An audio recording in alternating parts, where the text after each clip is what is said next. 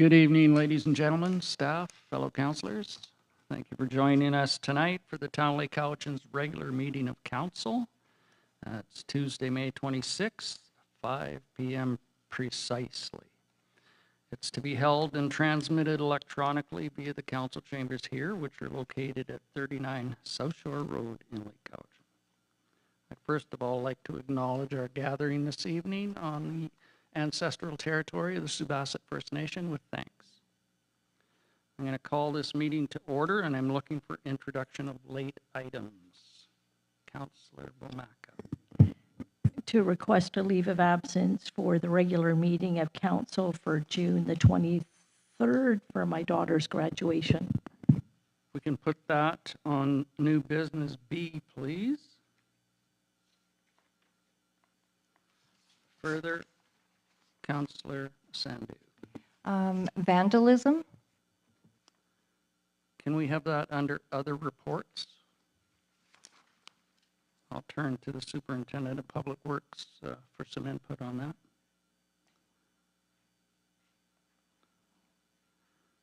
Also, in addition, under in camera, under 91C, there is a second item under that for in camera. If you can add the second item. So there's two items under 91C. Any further? Notice as a motion. None yet? Okay, looking for approval of the agenda as amended. Moved by Councillor Bomaka, seconded by Councillor Sandhu. All in favor? Opposed, if any? Motion carries. Now is the opportunity for the public to have input on anything on the agenda tonight. If you wish to give us public input, it's not time for questions, but time for public input on items within the agenda. Please come up to the podium, state your name, and then speak to the topic you wish to. No mad rush, so I will take that as a no. Moving forward, we have adoption of minutes to take care of. April 28th, the regular council meeting minutes. Any errors or omissions that anyone sees on that? Moved by Councillor Frisbee, seconded by Councillor Austin. All in favor? Opposed, if any? Motion carries. Under B, we have the April 23rd Advisory Planning Commission meeting minutes. Anything in there?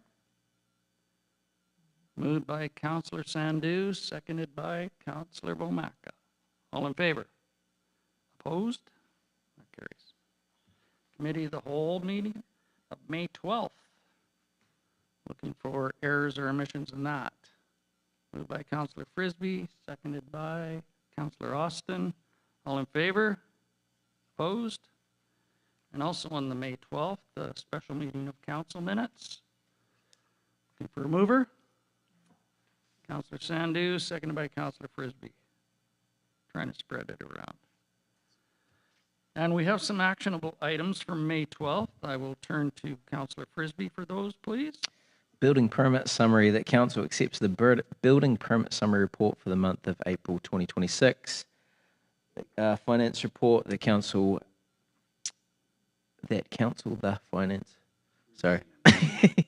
received the financial report ending April 30th, 2026 be received as presented. Appointment of election officer and deputy election officer. Staff be directed to seek a candidate to serve as the CEO for the 2026 general local election.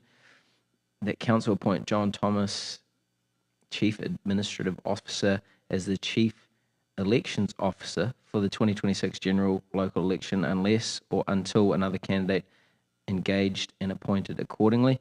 That council appoint Ronnie Lee Roach, Executive Secretary, as the Deputy Chief Election Officer for 2026 general local election. For election and assent voting bylaw, that the Town of Lake Cowichan election and assent voting bylaw number 1133/2026 be forwarded to council to give first, second and third readings to the proposed bylaw. Food trucks and mobile vending, that the existing street vendor regulation policy and the drafted food truck operations policy be referred to the Advisory Planning Commission for its input on May 21st, 2026, and that the matter then be forwarded to council for its consideration. Lastly, 6, storage containers, that staff investigate the policy, fee system, and timeline for the temporary use of storage units for those moving from or to Lake Cowichan and for renovation purposes to remove the possibility of bylaw complaints regarding their use, and that the zoning bylaw be amended as required. And with that, I'd like to move those. Have a mover for that. Do I have a seconder? Seconded by Councillor Sandu. Any discussion on those? Call the question. All in favor? Opposed, if any? Motion carries. Thank you, Councillor Frisbee. We have no delegations or representations tonight. So move into correspondence. The first item is one that we should deal with. It's from the Lake Cowichan Kinsman. Would someone like to introduce this? I will. So from the Lake Cowichan Kinsman, they're looking for approval for a beer garden event June 13th, 2026 during Lake Days festivities. There is a staff report there. Your pleasure. Moved by Councillor Sandu, seconded by Councillor Bomaka. Discussion on that? Oh, we can do it both times. We're going to do it now. Because it's in correspondence, we'll deal with it as it comes. So you ready for the question? All in favor? Opposed, if any? That motion carries. B was a request for proclamations. Unfortunately, under the current policy, we do not do proclamations, but I will say Happy National Dental Care Day on October 10th. 2026 Canada Volunteer Awards. They're looking for a call for nominations, so if you think of any that are appropriate, please forward them to our Executive Secretary, and we can consider it at a future meeting. District of Saanich for LGCAP funding continuation. Your pleasure. Receive and file. Thank you. And also the District of Central Saanich, request for funding to support municipalities that have achieved mandated housing targets. Your pleasure. Receive and file. Thank you. That takes care of correspondence. Oh, Island Coastal Economic Trust. This is time sensitive, actually, so I asked for this to be put on there. I am on this Island Coastal Economic Trust Northern Regional Advisory Committee. All mayors and regional chairs are appointed to this position. Island Coastal Economic Trust gauges grant applications from up and down the island and on the Sunshine Coast. You'll notice that Subasset Square was funded partially through Island Coastal Economic Trust, and a number of other projects throughout the Cowichan Valley and up and down the island. So looking forward, there has been considerable work done by Island Coastal Economic Trust CEO and the board members on a new governance model, including First Nations in the governance of Island Coastal Economic Trust. This is a template for other trusts throughout the province to look at their process in co-governance. I think it's important, if we're truly embracing reconciliation, that we include First Nations at the decision-making table. So I'm looking for your consideration to send a letter to Minister Kahlon with our endorsement of including First Nations in the governance model, as has been suggested by the CEO of Island Coastal Economic Trust and the body that resides there. If there's any questions, I'll do my best to answer them. I would love to have a motion to send that letter to Minister Kahlon, moved by Councillor Sandu, seconded by Councillor Frisbee. All in favor? Opposed, if any? That motion carries. Thank you for that. Thanks for getting me back on target. So council and committee reports. Councillor Frisbee, I think we dealt with yours. So we'll move on to Councillor Sandu, Cowichan Lake Recreation. Anything there? Our next meeting is June 1st. Councillor Vomak, Vancouver Island Regional Library. We have a Zoom meeting May the 3rd, or 30th, Saturday. Thank you for that. You work on the weekends? I do. Councillor Sandu, the Advisory Planning Commission. Please. I'll stall for you while you get your notes.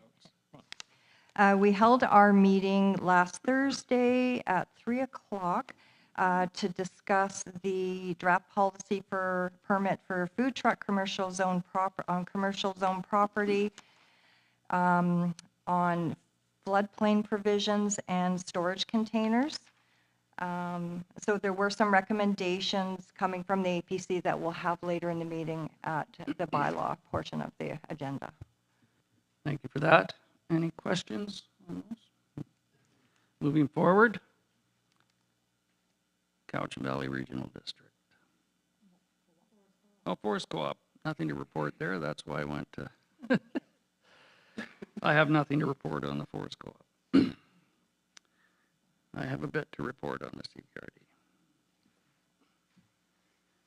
CBRD. From the Committee of the Whole on May 13th, we had a presentation from Seth Wright, who is the Senior Manager of Government Relations of BC Transit.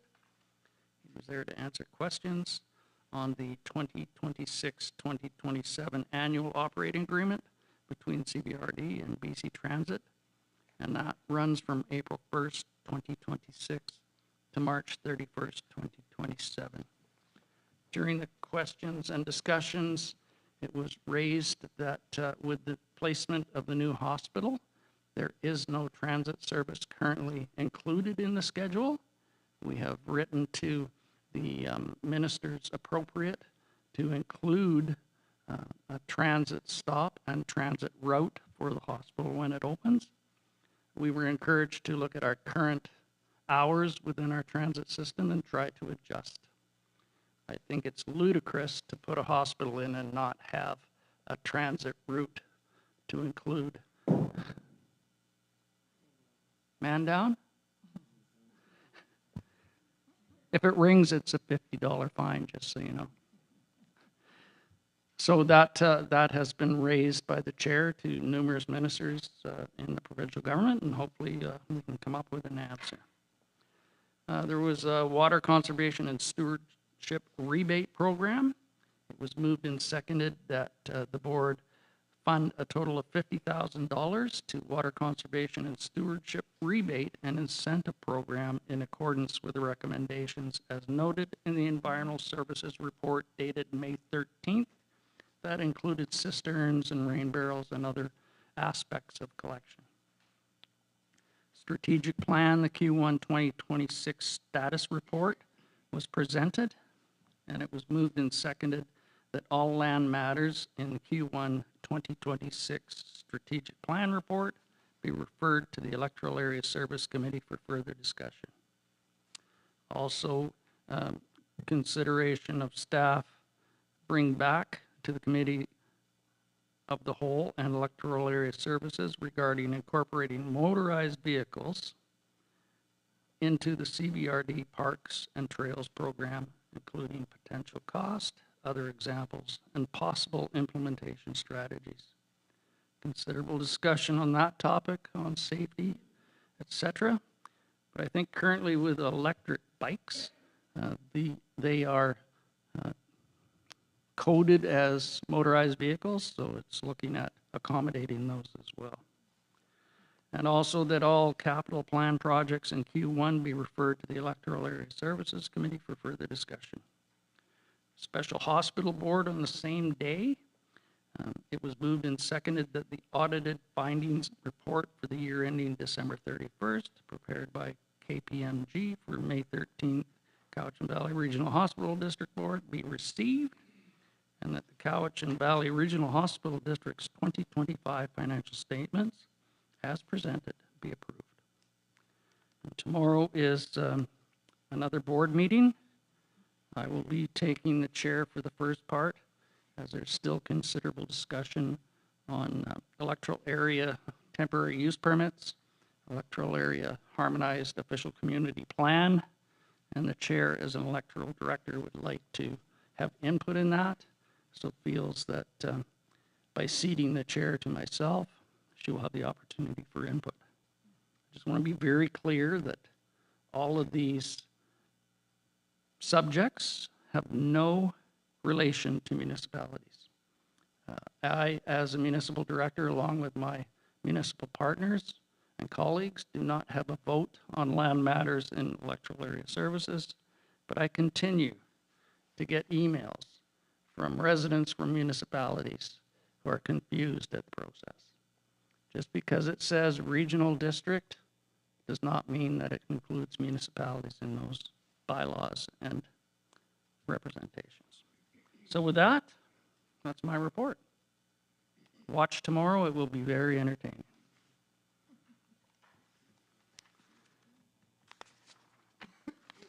Moving on, Councillor Austin for Community Outreach Team.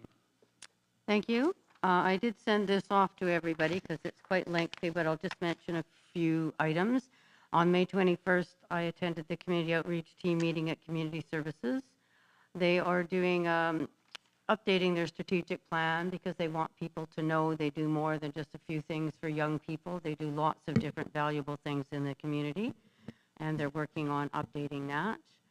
They'll be focusing on strengthening relationships with local hotel, motel owners and things like that too, to help with any homeless issues we may have coming up. And one of the items that came up was the public health nurse, Kim, said that they have shut down the Ladysmith encampment, and there's approximately 50 people displaced, and they're concerned that they may head this way for trying to find a house or something like that. So they're taking care of that and checking on that. It's quite a good group of people. The fire department was there. Elijah did mention about her Fire Smart event on May 16th, I think it was, and it was well attended. And she does attend the schools and talk to the parents and the kids about fires and different types of things like that and how to take care of herself. So it's quite a good group at the outreach team. Don't turn it off. I'm coming back to you Are you for coming back? our Cowichan, please. This is longer, but I'll try not to read it all. I'll try not. Give us the Coles Notes version. I do. I cut them down. Our Cowichan Community Health Network, it's a major group with it. It's been going for probably over 20 years now. And they're celebrating their small grants program. They give $2,000 to different little startups all over. I shouldn't say little, some of them quite big. And from time to time, they've gifted to 400 organizations in the valley. That's a lot. And we had some of them come. The grants have been a catalyst to some of our region's most impactful services. I won't go on about all of that. They have a new one coming up that has to be, the deadline for applications is May 28th. We received information on how the grants have helped from the Ladysmith Family and Friends Resource Program and the Canvas of Hope. They came up and spoke to us about that. And we also received the updated Duncan Street Survival Guide, which tells you how to survive on the streets of Duncan. We might all need that. I didn't read every single word, but it's quite interesting. It tells you everything that's available there. Valerie Nickel was in attendance to discuss the recent resilience planning survey and the upcoming Zoom meeting with stakeholders, which the mayor and I attended. The main takeaway is that we have to use the collective impact approach to the health services issues and work together for action and improvement to try and get doctors and nurses and people like that here and to retain them. Information was presented from Doctors of BC regarding the rural and remote voices of BC, which is provincially funded, and that's a very important group of people.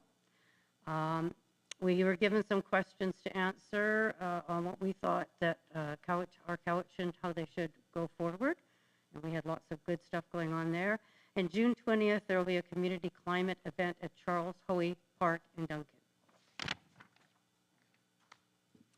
That concludes. That concludes. Any questions to Councillor Austin? Thank you for the Coles Notes version on that. I appreciate it. Under other reports, we added vandalism. I will start out by, did I miss two? Oh, yes. Well, is it important? Yes. Where should I go then? Well, watershed first. I'll go to the watershed next. Councillor Sandu. Oh, okay. Yesterday, we held our monthly meeting at the CVRD office. We had a 50-minute session on our annual report, just for any more feedback and input. We also formed 3 groups to form a mini workshop to look at revising some of our targeting indicators, which is water quality, flows, fish, estuary health, and watershed connections. Next month, we'll be having a guest speaker, Chuck Seymour, who is the Culture and Language Manager of Cowichan Tribes, to discuss a Cowichan Watershed Board territorial acknowledgement statement, including guidance on the appropriate use and context terminology identified by the Salween committee in relation to our work. So we won't have, we'll be working on not having a standard introduction greetings to the First Nations land acknowledgement. There'll be one specific to the Cowichan Watershed Board and what they do. So that's quite exciting. Our meeting next month, we're going to be doing a full-day field trip at Wildwood Eco Forest in Ladysmith to focus on our forest targets and board governance structure and representation. Any questions on that? I'm going to pass the mallet over to Councillor Womaka. If I stray from the agenda again, please feel free to utilize that. I'll stay on the agenda with Councillor Frisbee / Councillor Austin on the Otaki twinning. Any update on that? Go ahead. Go ahead. You go first. No, just with the hosting, we've got a draft agenda. Makes it quite difficult with Thanksgiving and also the election being at the same time when they arrive. But we're working through venues and budgeting, so on track there. Thank you much. Councillor Austin? The 2027 group are having a golf tournament at March Meadows Sunday, June 28th. Registration 1 p.m. Ooh. With dinner, it's $100 per person. And they had their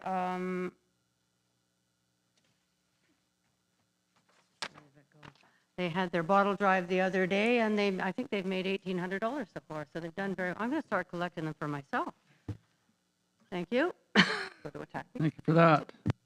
Oh, no, keep that. I may stray again. Now I'm going to go to other reports, vandalism, and I will start with that. Unfortunately, in the last number of months, we have been seeing an uptick in vandalism throughout a number of our bathroom facilities. At the duck pond, Saywell, under the shelter at Saywell. Unfortunately, when this occurs, the bathrooms need to be closed for either maintenance or cleaning, and the uproar in the public is placed in social media, and of course we take the blame. So if you are aware of any vandalism, please come forward and we will try to rectify the vandalism that is continuously occurring. I will turn to our Superintendent of Public Works for an update on what occurred today. So today, I got a phone call about 4 o'clock. Our staff was shutting down the washrooms, doing a final cleaning, shutting down. And somebody had lit a fire in the bathroom at the duck pond, in the guys' washroom. That was today, and yesterday we experienced a fire in the Saywell women's washroom. The soap dispenser was ripped off, the toilet paper dispenser was ripped off. They took the big roll of toilet paper and lit it on fire, threw it in the urinal, stain, it's all blackened and then threw it in the toilet. They probably panicked and threw it in the toilet.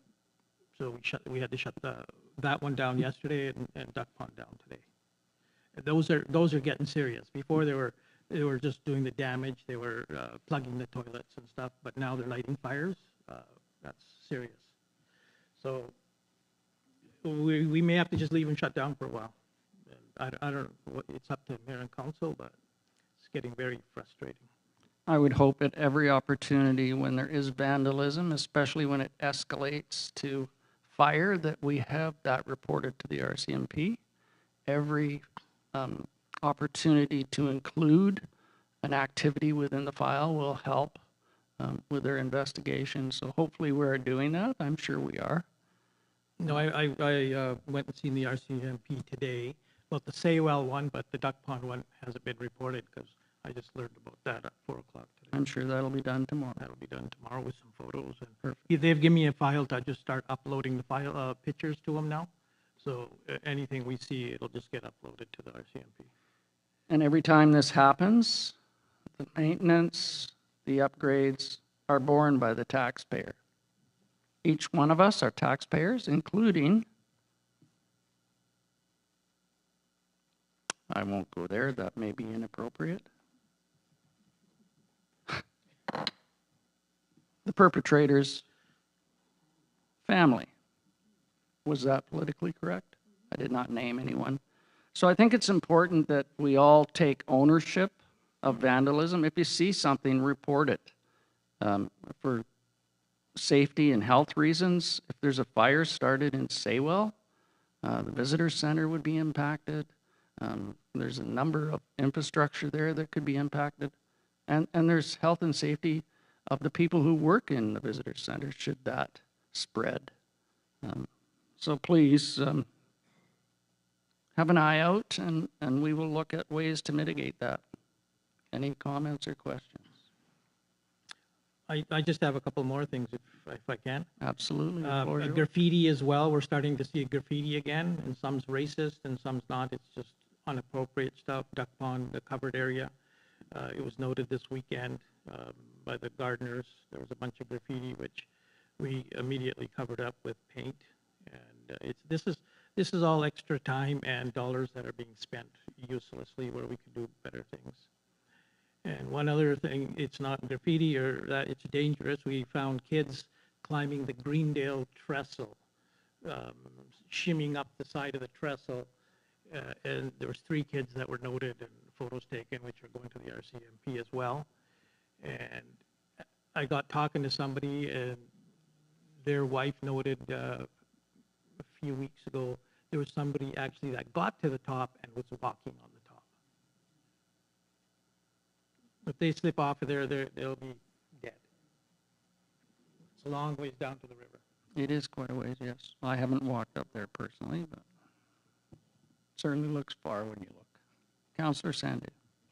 I was just wondering, and we can't say they're kids, we don't know that for sure, but I'm just wondering if we talked with the school board chair about just what's going on around town and maybe the RCMP, whatnot, go to a, what do you call it? An assembly at the schools and just kind of say, this is what's been going on in the town.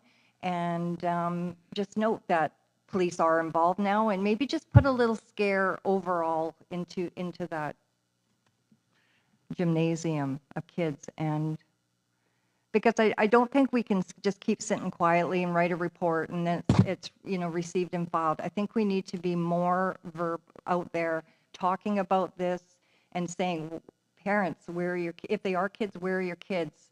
Like kids climbing the Greendale Bridge, I just can't even imagine that. But that's just my comment. I appreciate that. And perhaps we could reach out to the principal of the LCS and try to accommodate that. Do you want a motion for that or just direction to staff? It's fine. Anything else on there? Let's move to staff report, shall we? Under A, we have planning. DP 2026/06 on 90 South Shore Road. Miss Reynolds. Thank you. So somewhat straightforward application for a 6-foot, 1.8 meter black chain link fence surrounding 2 subject properties. It is a commercially zoned property, C1. There's 2 properties involved. And the reason why it's coming to council is that while the zoning bylaw permits a fence maximum height of 2 meters in commercially zoned land, the development permit guidelines requires fences more than 4 feet or 1.2 meters to obtain a development permit. And so it has to come before council. So this, there is a bit of a sketch plan attached to the report, and the fence would be set back about 6 feet from the road. So it would be a little less imposing onto the street. And this DP permits fencing only, so if the property owner wanted to do anything further, another development permit might be required. And the end use, the property owner would like to be able to rent the space for some food trucks, and we'll be dealing with that piece of it later on the agenda. But for this application, I recommend approving this development permit for the property at 90 South Shore Road, as shown in the attached site plan and the photos. Thank you for that. I'll turn to my council members and see what your pleasure is. It's moved by Councillor Sandu and seconded by Councillor Bomaka to get it on the floor. Looking for discussion. Councillor Frisbee. Yeah, just clarification. So is the fence going to be set back 6 feet from the property line, or is it from the actual road, which would be the sidewalk? So when you say 6 feet, is that 6 feet from the sidewalk, It's from the property line. which would be the sidewalk, I guess? Not necessarily. And then just another one. So in the photos, it shows barbed wire on the top of the fences for the examples. Would that be the same in this case? That would not be permitted, no. So no barbed wire? No. Thank you. Anyone else? Are you ready for the question? What's the question? All in favor? I think that was the recommendation to approve. All in favor? Opposed? That motion carries. Thank you, Ms. Reynolds. I think we'll stay with you, won't we? Planning, development application procedures, public notice and fee and charges for services, amendment bylaw. So I didn't print this one out hard copy, but it's, this one has come before, these 3 bylaws have come before council now on a number of occasions. On April 28th, council granted for second and third reading for development approval procedure bylaw number 1125, the public notice bylaw 1129, and the fee bylaw amendment bylaw 1130. And these packets, these 3 bylaws will allow for sort of expedited approvals as development permits, such as the one we just reviewed, wouldn't be coming to council, and it will also allow delegated approval for minor development variance permits, which will make for a little more space on council's agenda and doesn't require sort of the same level of staffing to prepare notice and reports and so on moving forward. So recommend approval of those 3 bylaws. Moved by Councillor Sandu, second by Councillor Frisbee. Discussion. I'm pleased that this is finally coming forward. We've been talking about this for a number of years, trying to align and streamline the process where it doesn't have to come to council at every opportunity. There are still a number that will come to council that are politically triggered, cannabis regulations, etc., should reside within the political body because that is a political decision. But we should rely on our professional staff who have the expertise. We as elected officials are not planners.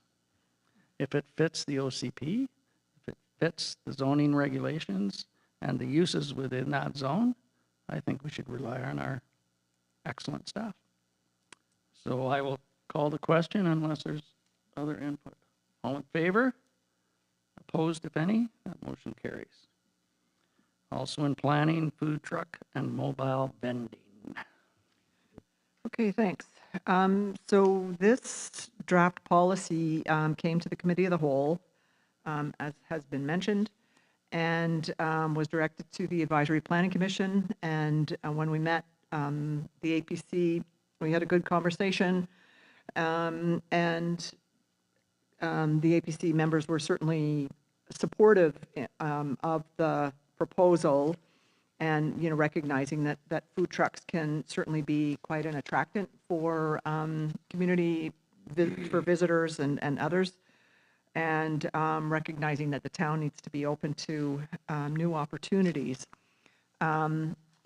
They suggested that the policy be as simple as possible. They provided a recommendation to reduce the fee that was in the draft policy from $900 to $500, and to be more clear on the season, that it be from April 1st to the end of October. And on attachment 3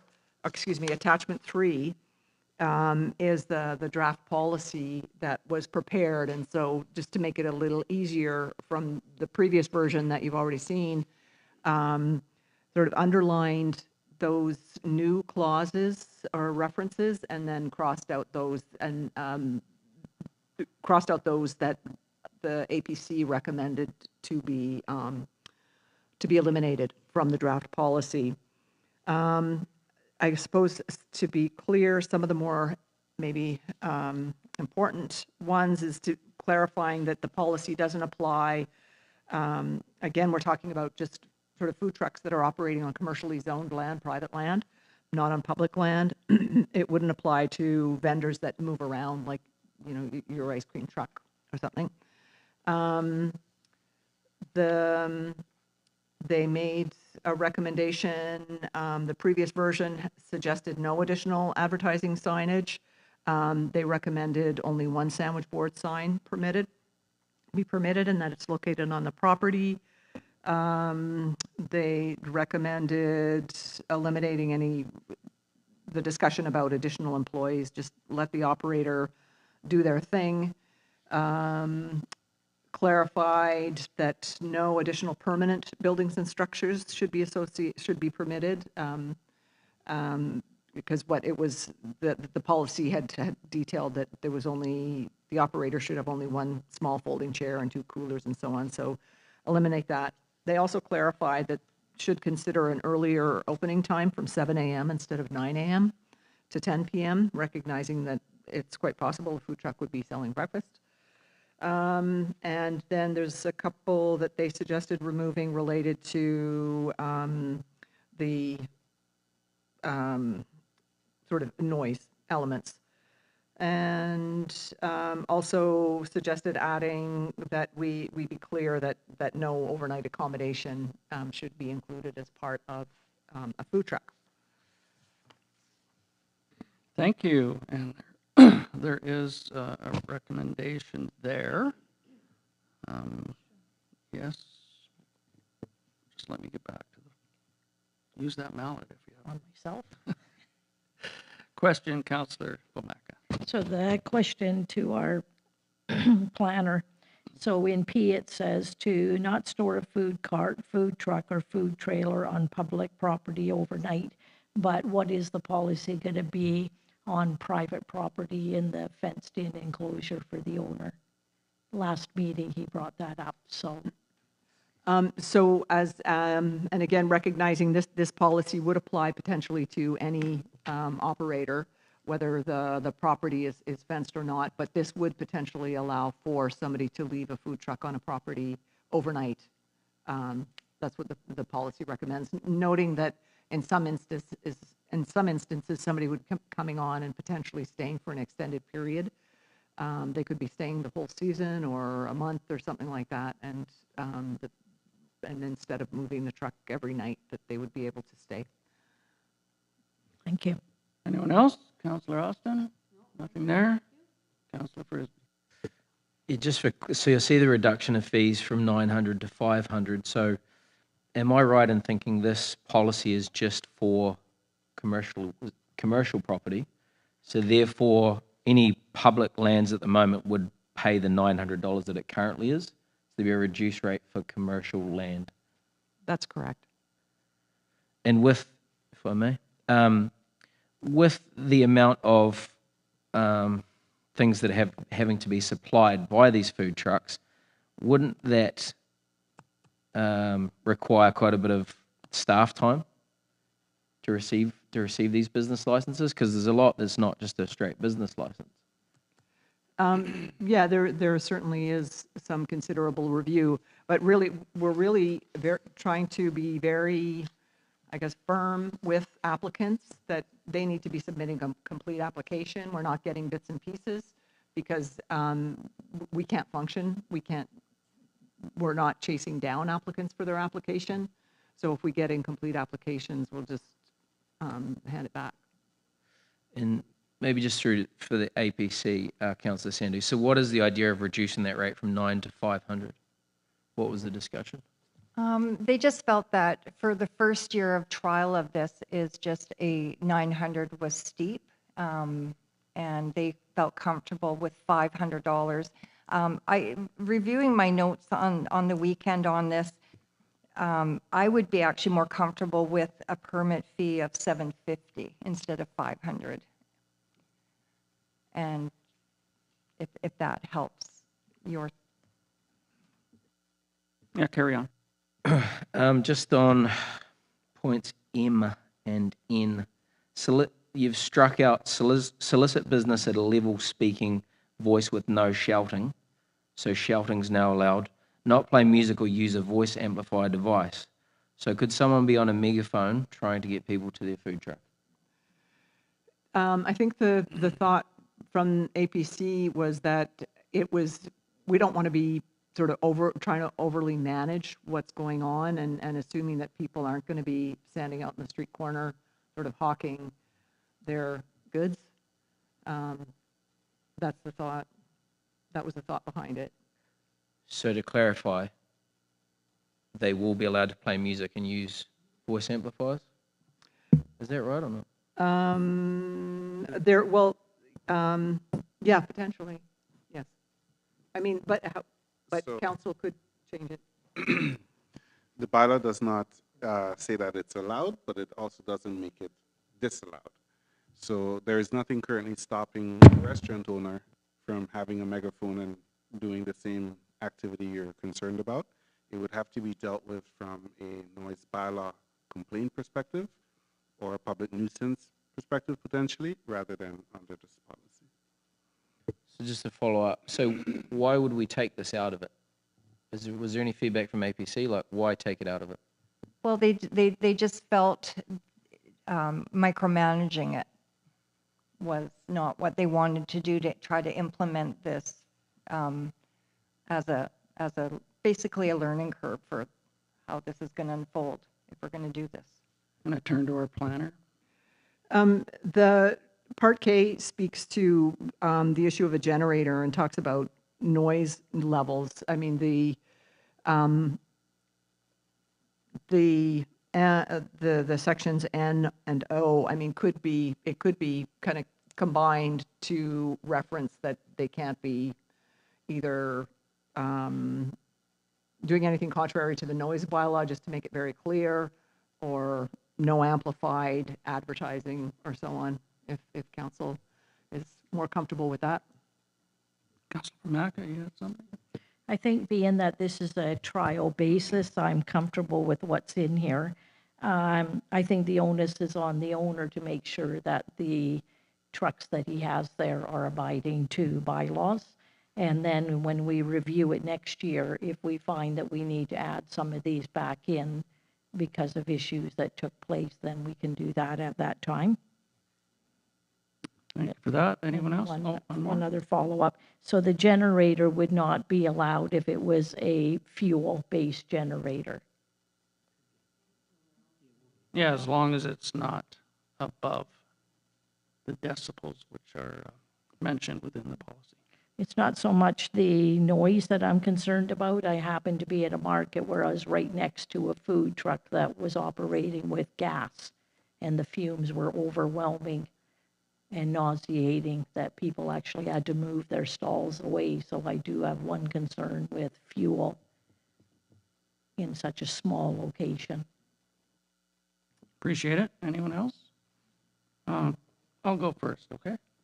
I too am of the opinion that perhaps 900 is too much, but with the considerable work that is done with the business application process, I think meeting in the middle would be an appropriate place, as Councillor Sandu had suggested.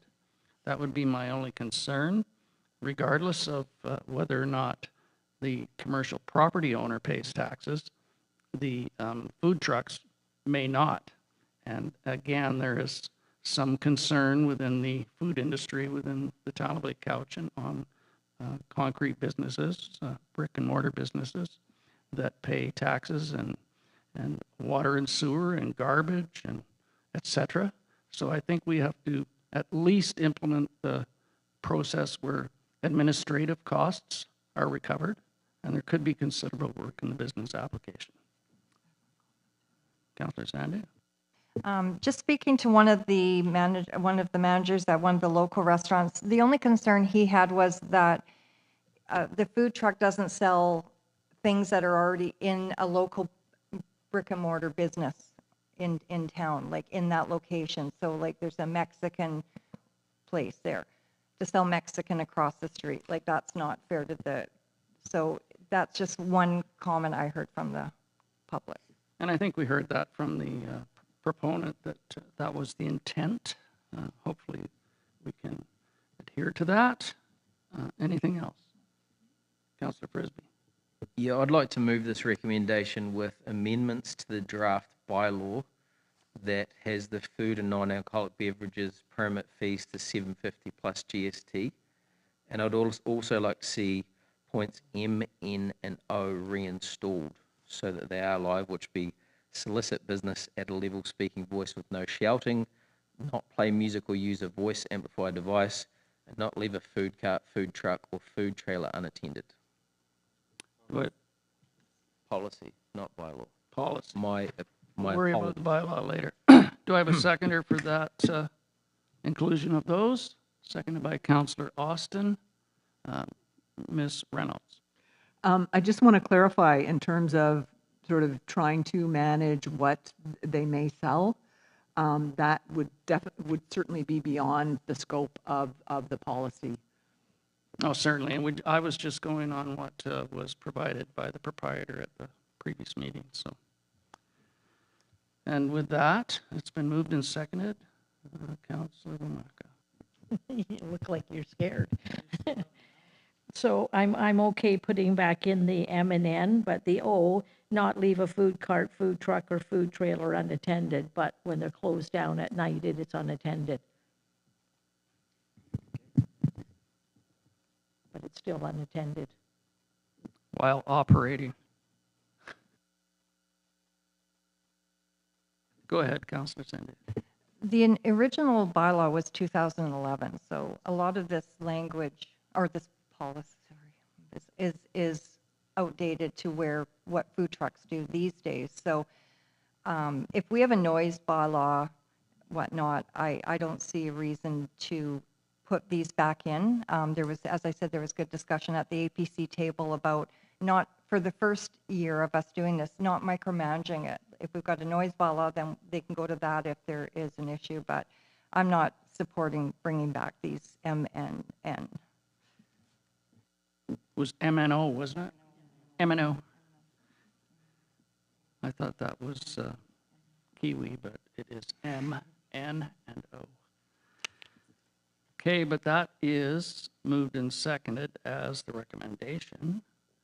So if you do not want that, you would have to vote that down and then consider something else, should that be the case. Are you ready for the question? All in favor? And opposed? That motion is defeated. Do you have another recommendation, Councillor Sandu? So I would like to stick with the permit fees of $7.50 plus GST and leave out M, N, and O as recommended by the APC. Thank you for that. I think we've discussed this to breadth. I'll call the question. Seconded by Councillor Austin. She was out of my peripheral. That's better. I'm right-handed. All in favor? Opposed? Let the minutes note Councillor Frisbee, Mayor McGonigal opposed. That motion carries. Thanks for the great discussion there. Now we'll stay with planning on the storage containers. Okay, thank you. One thing, if you recall, back in December of last year, council directed staff to do an inventory, and that's of the extent of storage containers around town, and that is expected to happen sometime this summer with a summer student. And then council directed staff to work with a property owner to remove a storage container, and we've done that, and we expect that to be removed soon if it's not already gone.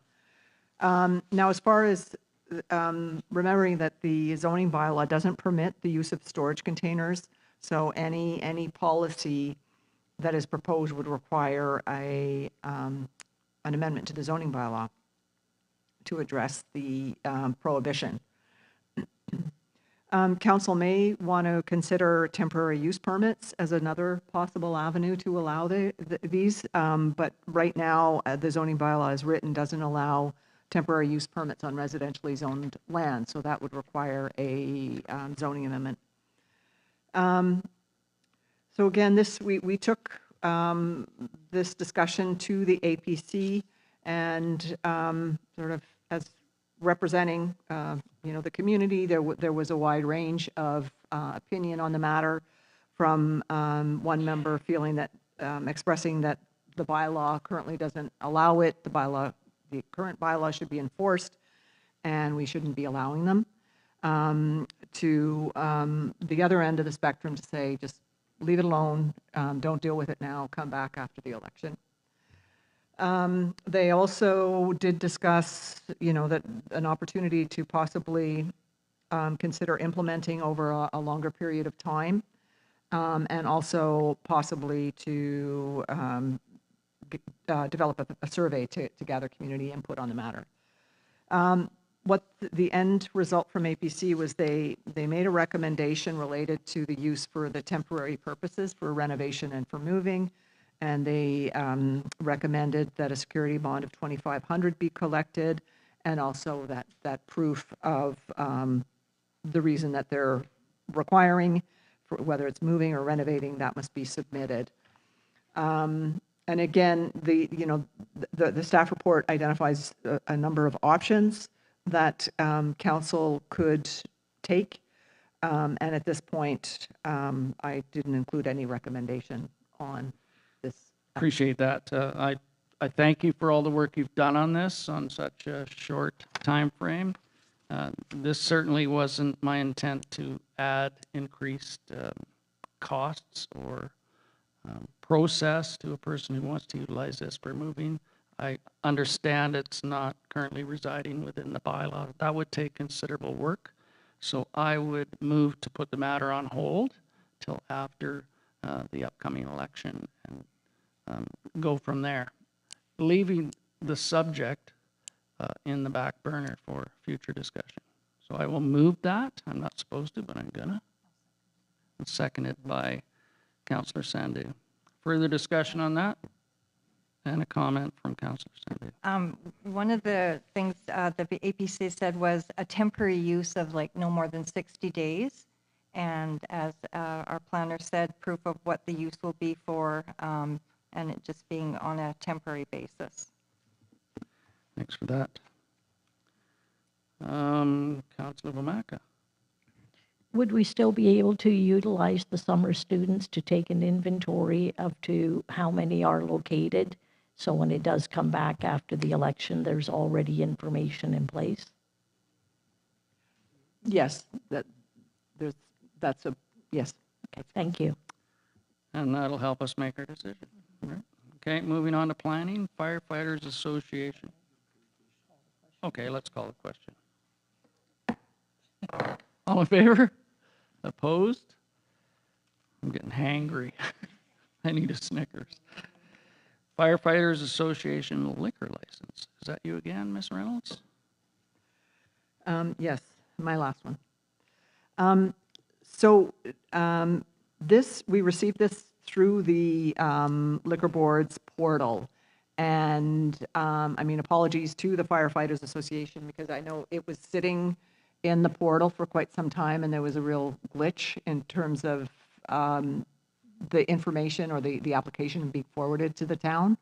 We're not entirely sure what's happened, but so it has sat there for some time. Now, what this is, it's kind of twofold. It's for council to consider the proposal for the Firefighters Association to submit the Liquor Primary Club application to the Liquor Board, and also, which is sort of the asking council as the landowner. And then also it's the consideration of accepting the referral from the liquor branch to allow community consultation to take place.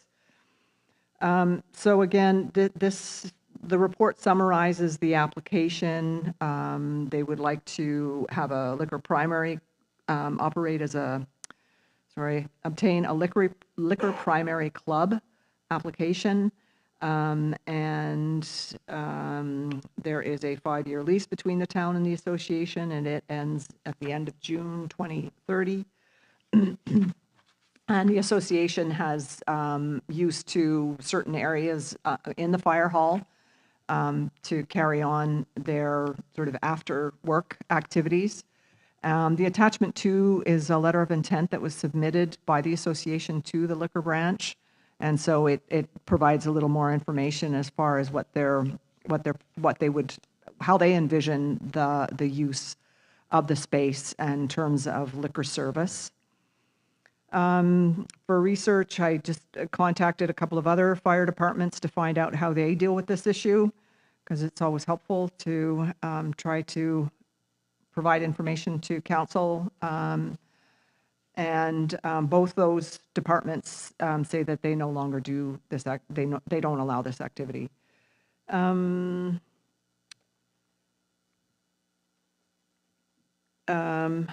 then, so at this point, because of the nature of the application, I don't have any recommendation, and really the matter of this proposal is really at council's discretion. And so should council decide to accept the application, then we would do a formal community consultation to ask community members their input on the matter.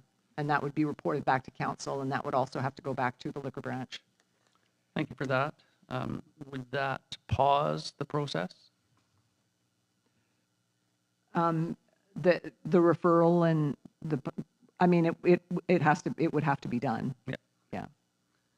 Okay, looking to my fellow councilors. I know there'll be questions on this. Who wants to start? Councillor Frisbee. Just through to CEO, Mr. Thomas, do you have any concerns about this moving forward on public I guess, town-owned property? You're not sorry, but okay. Do I have any concerns? If it's not managed properly, it would put additional risk to the town. But that comes down to a leadership question for the fire chief, the chair, president, chair, secretary, treasurer, etc., for the fire association and the town with respect to managing the lease for the space. So it can create risk if it is not managed properly. Councillor Bernacca. Sorry if I could add go one ahead. thing. I would also say that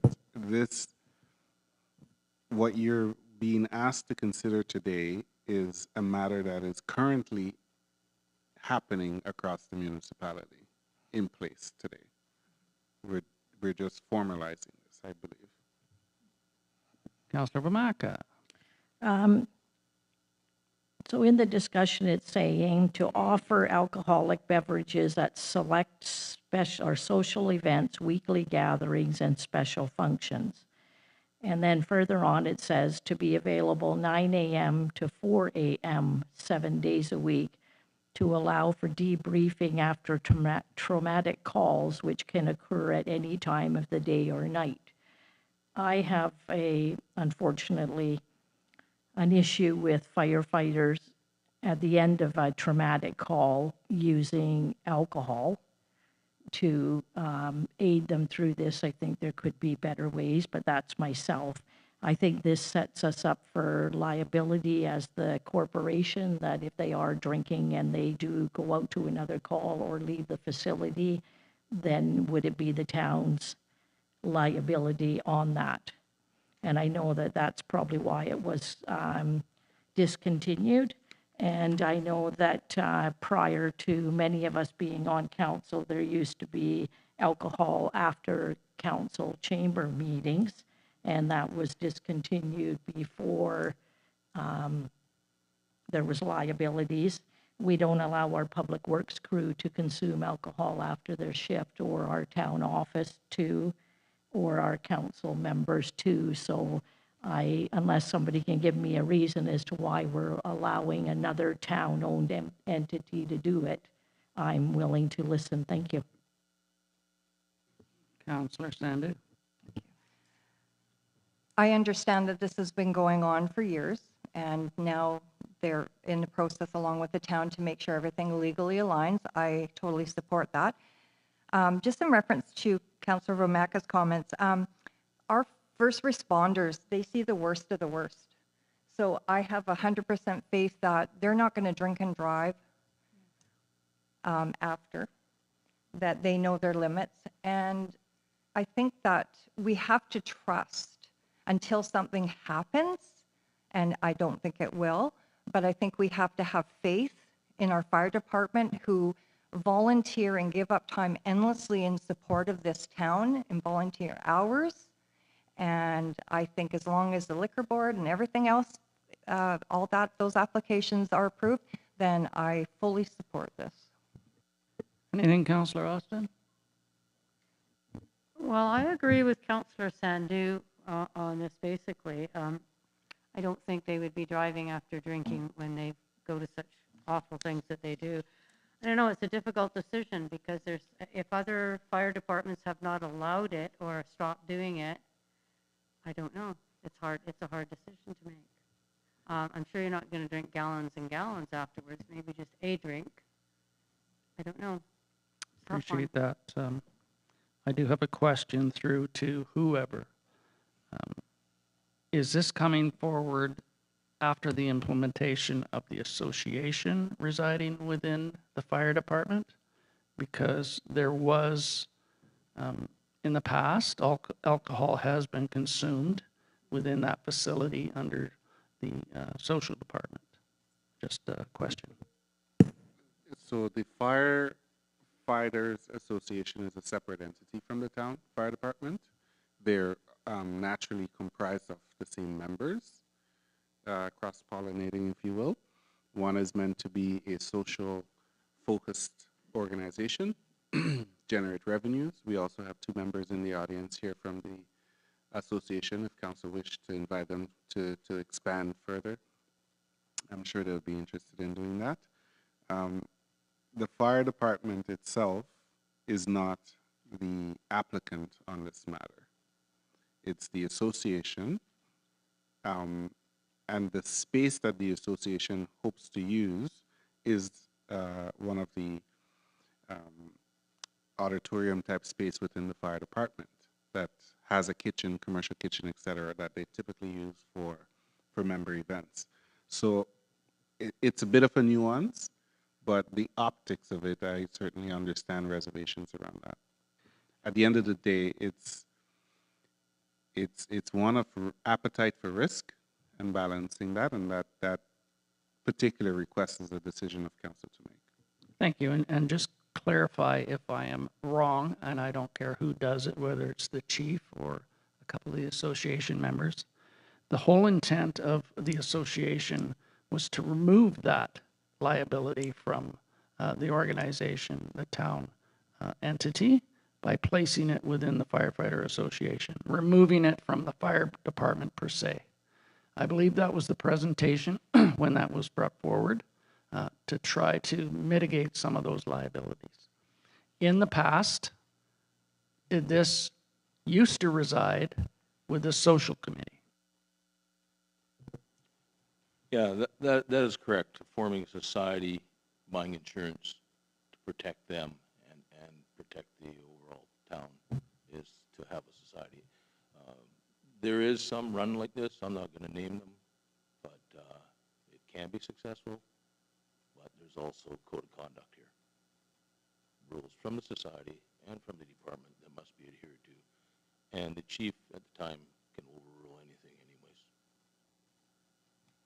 Appreciate that. And the operations of the department members, the senior members are not operating the society. That's how we've set it up so far. It's just members.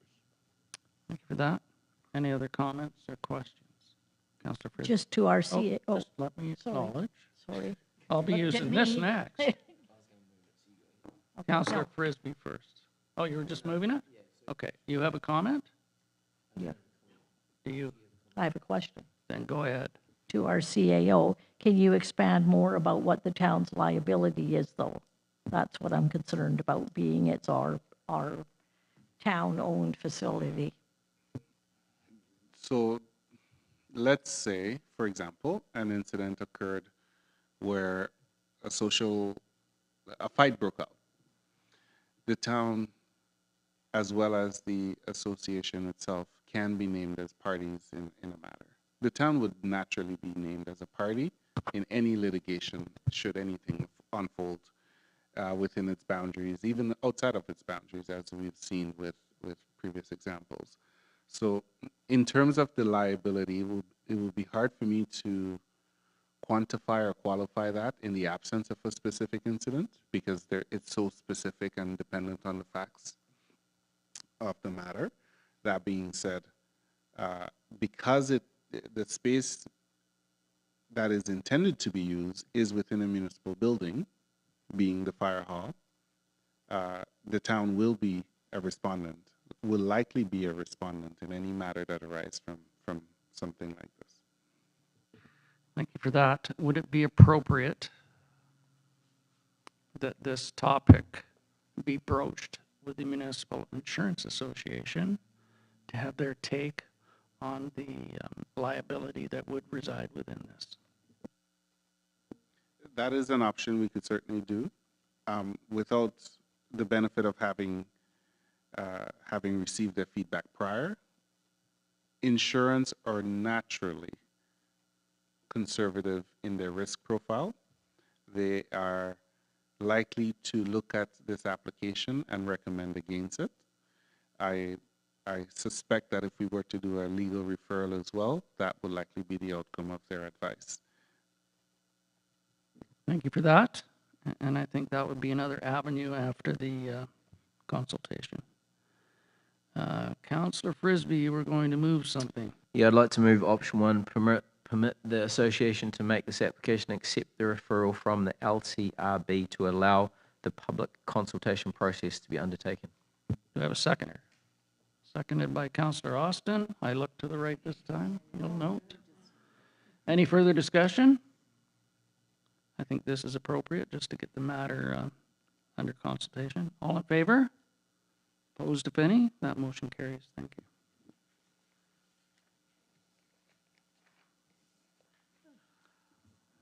We're partway done. Under corporate services, inter-community business license. This is the agreement for bylaw 1128. Who's taking this? This is just to bring forward the inter-community business license for adoption, which is also on your agenda. As part of that program, there is also an agreement between the municipalities, and the agreement, I believe, is what's up for review at this moment. This agreement has been reviewed by the parties and is being slowly worked on in terms of approval by different municipalities.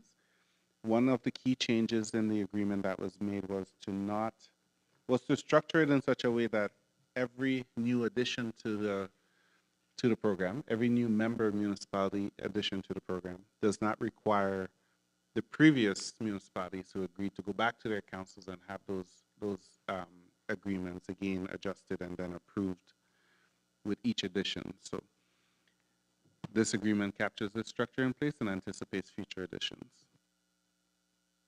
Thank you for that. And what is your pleasure on that? It's not coming up for me.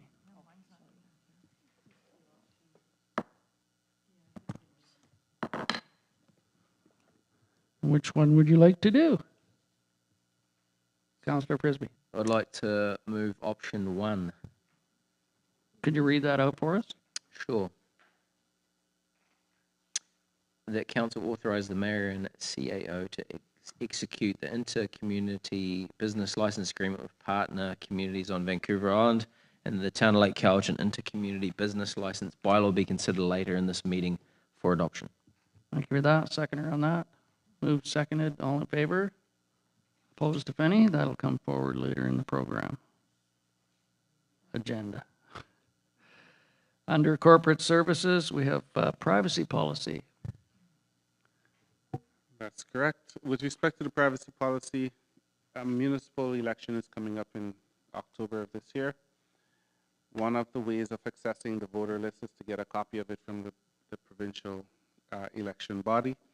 They also require each recipient of that information to have a privacy policy in place specific for that information.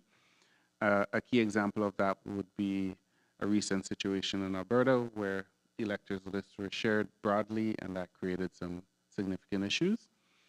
So today we're bringing forward the draft policy, which is a template that was created by Elections BC, in order for council to consider adopting that policy so that we can get the electors' list and make a request as soon as possible. Looking to my council members, moved by Councillor Frisbee, seconded by Councillor Austin. Discussion on that. All in favor? Opposed? That's to approve the privacy policy. That carries. Thank you. Moving on to corporate services, Cowichan Local Authority Emergency Management Agreement.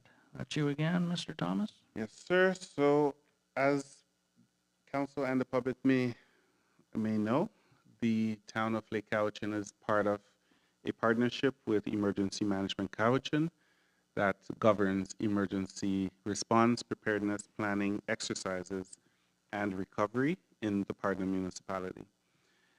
I understand there's an agreement in place previously. This agreement here is meant to update that and allow for things like a technical advisory committee that consists of CAOs and various emergency management professionals to look at different things that are going on in the community. This particular policy or agreement also envisions a regional emergency operations center operating framework, a response, compensation, and payment provision, as well as sharing of public non-personal data for emergency management purposes. So again, there's a few components to this particular agreement. This agreement will be subject to council approval in effect for 2026 and remain in place unless or until terminated by the respective municipality. This agreement was developed with the CAO roundtable for all the partner municipalities and are being brought forward to councils for consideration. Thank you for that. Looking to the table for direction. Approval? There is no recommendation, but it would be to approve the town as a signatory to the Cowichan Local Authority Emergency Management Agreement. And that's what you were going to say, right? Moved by Councillor Frisbee, seconded by Councillor Sandu, I believe. Austin. I did look to the right, but not far enough. Further discussion? All in favor? Opposed, if any? That motion carries. Administration, we're looking at the Kinsman Beer Garden request. That's correct. I believe council may have decided on that already at the correspondence level. That is correct. I was just testing you. Again, administration, emergency management couch and grant application through UBCM. Thank you, Mr. Mayor. So a few months ago, we had brought this forward for consideration. During that meeting, there was a resolution that was missed, and that was on the administration's part, not on council's part. There are multiple grants that EMC, Emergency Management Couch, endeavors to apply for 2026. One that we missed was for the emergency, I'll read it out here.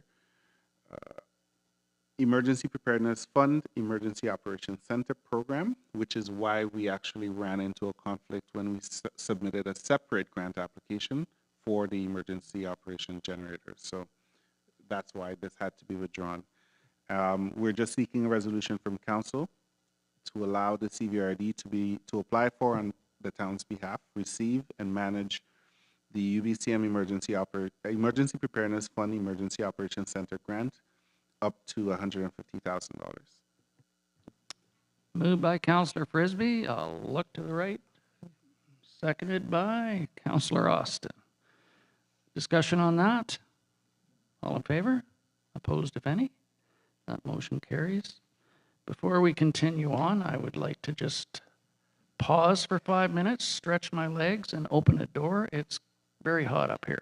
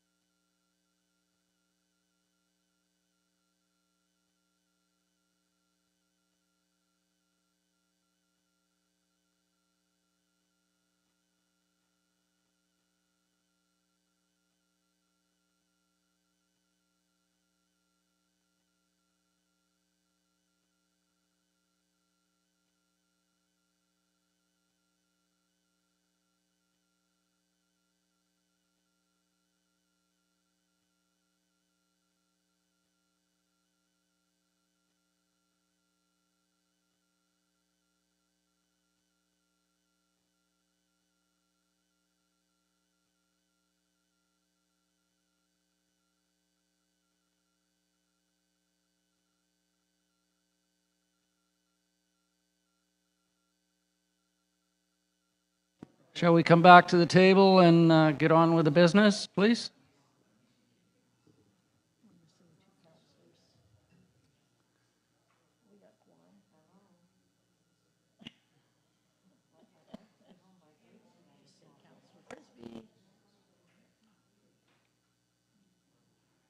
Don't make me come over there.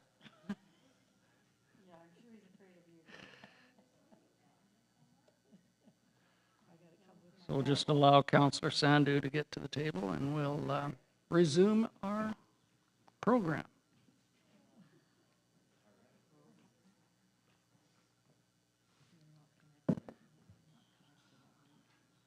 Wait for the technology to get going again. We're good. So I'd like to reconvene the meeting at 6:23, and we're looking into bylaws now. Development application procedures bylaw number 1125 is for adoption. Do you need any consideration of that? We've already done this. Moved by Councillor Sandu, seconded by Councillor Frisbee.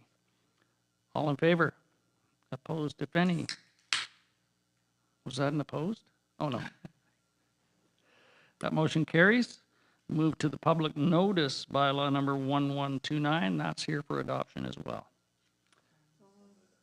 Moved by Councillor Austin, seconded by Councillor Frisbee. Discussion on that one? Clarification? To our town planner. So it says in a newspaper that is distributed in Lake Cowichan once each week for 1 week. I thought the community charter was 2 newspapers. Did they change that? No, that's the point of this bylaw exactly, is that it is providing the town with an alternative means for public notice. And instead of doing the notice in the newspaper 2 times, we only have to do it once. Okay, thank you. As long as that bylaw is in place. Yes, and the alternative for the newspaper is putting it on our website and putting it on social media, etc. Correct. Okay, ready for the question. All in favor? Opposed, if any? That motion carries. Moving on to C, fees and charges for service amendment. Bylaw number 1130, that's up for adoption as well. Moved by Councillor Sandu, seconded by Councillor Frisbee. Discussion? All in favor? Opposed, if any? That motion carries. Inter-community business license bylaw number 1128 for adoption. Moved by Councillor Austin, seconded by Councillor Bomaka.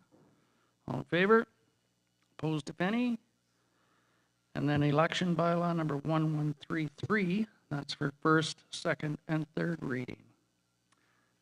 Moved by Councillor Bomaka, seconded by Councillor Sandu. She moved her hand. Discussion? All in favor? Oh, sorry. I just wanted to highlight for council that one of the changes that were made was around mail-in ballot. Provision 3 or number 10, page 7 on the particular bylaw states that voting by mail ballot is not allowed. And that is because of the precariousness of and reliability concerns of Canada Post, and how there was a previous example federally actually where one vote with the wrong postal code ended up being canceled by the Supreme Court and all the other implications of that. So to avoid that risk, we're doing in person. Thank you for that. So with that, I will call the question. All in favor? Opposed, if any? That motion carries. So under new business, we have UBCM convention coming up, and there was emails circulating regarding requests for ministerial meetings. This would be the opportunity to look at which ministers you would wish to speak to, should we be so lucky to get one, and forward that to our staff to prepare some discussion notes. I personally would like to speak to the Minister of Education on the need for a replacement school for Paulson, an elementary school 1 to 7, to try to implement the high school as a high school, not grades 4 to 12. I personally don't feel that a 9-year-old should be hanging out with a 19-year-old, regardless if they're segregated. We were number 1 on the capital project as a replacement for Paulson School. I'll look to the audience and I will get confirmation on that. Unfortunately, we were removed from that number 1 list when Cowichan High School replacement took over. So I would like to discuss that with the Minister of Education. There has been considerable infrastructure placed in Tumbler Ridge, for instance, and that is a totally different example, but another example, Ladysmith was just provided an opportunity for a new school. So I would like to continue that discussion, knowing that we have had it in the past, but let's reinitiate it. So with your endorsement, I'd like to do that. I'm seeing shaking of the heads, so that's one that I would like to submit for discussion. Councillor Frisbee. I think it's important to follow up on the same ministers and ministries that we spoke with last time about AB Greenwald. So if we can have follow-up meetings with all those ones that we visited last time to say what's going on with this, that would be good. Sounds good. Mr. Thomas. Perhaps at the next committee of the whole, staff could prepare a report about all the meetings that took place in 25, any outcomes, any follow-up actions, and see if council wish to re-engage on those same topics or if you have new topics for the committee of the whole. Perfect. I know we did speak to the Minister of Health, et cetera, so let's wait for that to come to the committee of the whole. That might be the avenue that we broach on updates on those. I don't believe we spoke to the Minister of Education, though, so I would like to initiate that one. Anything further? So let's wait for that to come back. Under B, we had a leave of absence for Councillor Vomaka for June 23rd regular council meeting. Would someone like to move that? Moved by Councillor Sandu, seconded by Councillor Austin. See, I saw you that time. All in favor? Opposed, if any? That motion carries. Next on the agenda is the mayor's report. I really don't have a mayor's report. I dealt with most of it during the vandalism discussion, but I will at this point announce that I will be seeking re-election in October as the mayor. So hopefully there's no applause, ma'am. But I just wanted to announce my intention of running again as mayor, publicly. With that, we'll go to question period. This is your opportunity, seeing as how you're so patient and sat through the whole meeting, to ask a question on the items on the agenda tonight. You have 3 minutes. I just ask that you state your name and introduce yourself. Hi, good Push the evening. button, and away we We've go. got, hi, my name's Randy Robertson, and I'm the maker of some of this discussion around food trucks. I was looking for a little clarification. I looked through this town draft policy. This is fantastic for us, and I appreciate how you guys moved so quickly on this. It was fantastic. And if that's a sign of the way this town runs, I applaud you guys. It was really well done. It's my understanding that in the past that this would have taken some time to do, and I appreciate you working with us. I was looking for some clarification around signage size when I was asking about our sign for example, if we have 4 food trucks in there, we're gonna have 4 people that want to put signs out, and you don't want it to make it look, like a sign bomb there. So, are we able to place a sign on that property for ourselves? Because I do have to draw a business license for myself for that as just kind of the overseer of that part. So that I was wanting some clarification around the amount of signs and, our own, if we're allowed to have a sign, the signage size. I'm understanding that we're basically understood to be storefront there, and we're one of the anomalies because there's no store there. We're just a basic lot. So first of all, if I could just suggest you reach out to our professional staff who expedited this process. It was nothing to do with council, Okay, thank you. but they will point you in the right direction for the sign bylaw, the sizes, et cetera. Okay. So if you could do that part, and I'll let you carry on. So that would fall under the amount of signs that we're allowed to have there as well, okay? The entrances, so I noticed that we do have kind of a entrance into that lot. If you notice, it's about a 20-foot section on the sidewalk, so it slopes down. Obviously, for whoever had the lot in the past, nobody seems to know what was there, that they were able to access that lot. So I'm wondering, that's going to be hard when we're running food trucks in there in the summer for people to even see.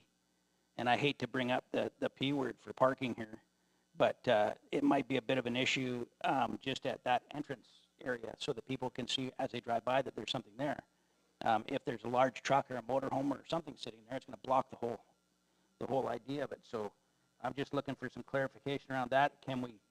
Are we allowed to put out a cone or 2 cones, or can we have like a no parking strip just on that section, of the entranceway, or what's the thought around that? That would be difficult, sir, as that entity is owned by the Ministry of Transportation and Infrastructure. We own up to the curb, Okay. and MOTI has the other. We are utilizing that as parking currently, and it's not for site-specific parking, it's for general use. I'm not sure how we could mitigate that.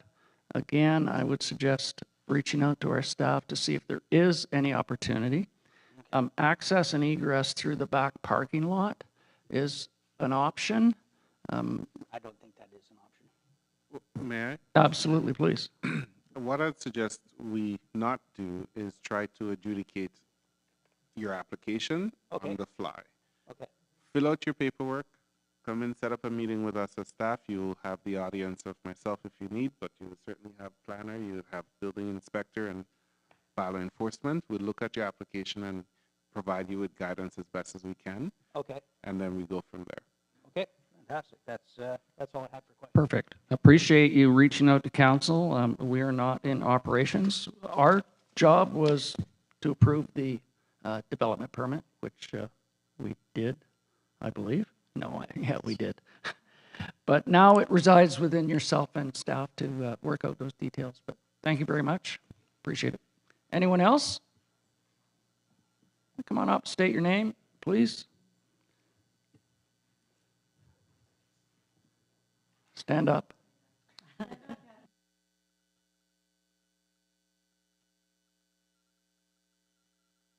Push the button. Push the button. I don't have a question. I just want to apologize. The clap was for the question period. But since I've come up, I would like to say I'm really, really pleased that we're going to look at bringing the education minister here for a discussion to talk about the education for our kids, because I know that my children from young age ended up having to go through the elementary to high school, middle school, high school, and it is not appropriate for a 7-year-old to be hanging out with a 12-year-old is fine, but 16-year-olds, 17-year-olds, and 19-year-olds, even if they're brother and sister, there's definitely a fine line of what we have and what they learn at certain times in their life. And I think that the reason that our elementary kids were put to the Lake Cowichan, used to be something else, was because of the lack of density that we have here. There wasn't enough students here, and I certainly hope that we can look at having some proper schooling for our younger children, because as soon as our children were removed from Paulson and also removed from ABG and also removed from the UBO, how many of the portables came in, and those portables are full. So I'd like to see it separation for our children for their learning times when it's appropriate. I appreciate it. And your question was whether the Minister of Education was coming here. They will not be coming here. We will be meeting them at the Union of BC Municipalities Conference. That would be the place that we would have this discussion. And with that, I believe there was no more input. So we are going to go in camera, and under section 92 of the community charter, it requires that we state before a meeting or part of a meeting is closed to the public, that council must state by resolution that the meeting is to be closed, and the basis on which the meeting is to be closed falls under the following section of the community's charter. That's section 91C, 2 items under labor relations or other employee relations, and 91D, the security of the property of the municipality. Would someone like to move we go in camera?